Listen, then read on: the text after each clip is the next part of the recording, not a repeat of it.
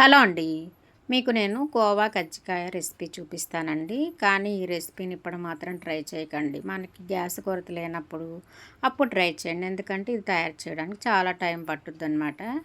ముందుగా కొబ్బరి ముక్కలు కట్ చేసి పెట్టుకొని మిక్సీలో వేసుకొని మిక్సీ పట్టుకోండి. అదే కొబ్బరి కూరతో తీస్తే ఇంకా బాగుంటుంది. ఎందుకంటే మిక్సీలో వేసి మిక్సీ పట్టేశాక మనం బాండీలో వేసుకొని సరిపడా బెల్లం వేసుకొని కొబ్బరి లౌజ్ తయారు చేసుకోవాలన్నమాట. ఇది మొత్తం తయారైపోయాక కొంచెం ఇలాచీ పొడి కూడా వేసుకోవాలి. ఇందులో బాల్స్లా చుట్టేసుకొని పక్కన పెట్టుకోవాలి.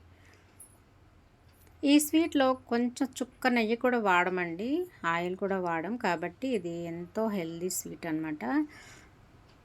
తర్వాత ఒక 1/2 లీటర్ పాలు తీసుకోవాలి.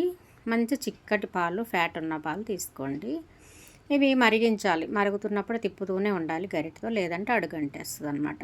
ఇదిగోండి మరిగి దగ్గర పడ్డాక కోవా రెడీ అయిపోద్ది. అప్పుడు మనం 2 స్పూన్లు పంచదార వేయాలి. పంచదార ఎక్కువ పట్టదు. ఇదిగోండి కోవా రెడీ అయిపోయింది.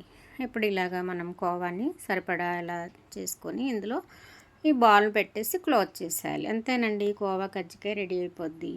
ఈ స్వీట్ అయితే చాలా బాగుంటుంది. స్వీట్ షాపులో వాళ్ళంటే మిల్క్ పౌడర్ అది వాడతారు కాబట్టి అంత టేస్ట్ ఉండదు. మనం చేసుకున్నదైతే చాలా రుచికరంగా ఉంటుంది. మీరు తప్పకుండా ట్రై చేయండి.